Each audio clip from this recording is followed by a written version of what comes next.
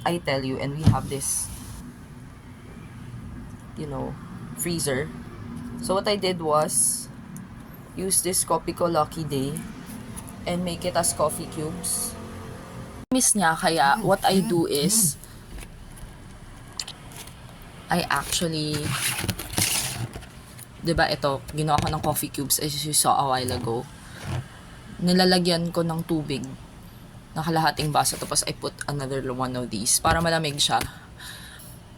Dami ko pang mga coffee stuff because I am a cheap coffee person and wala lang.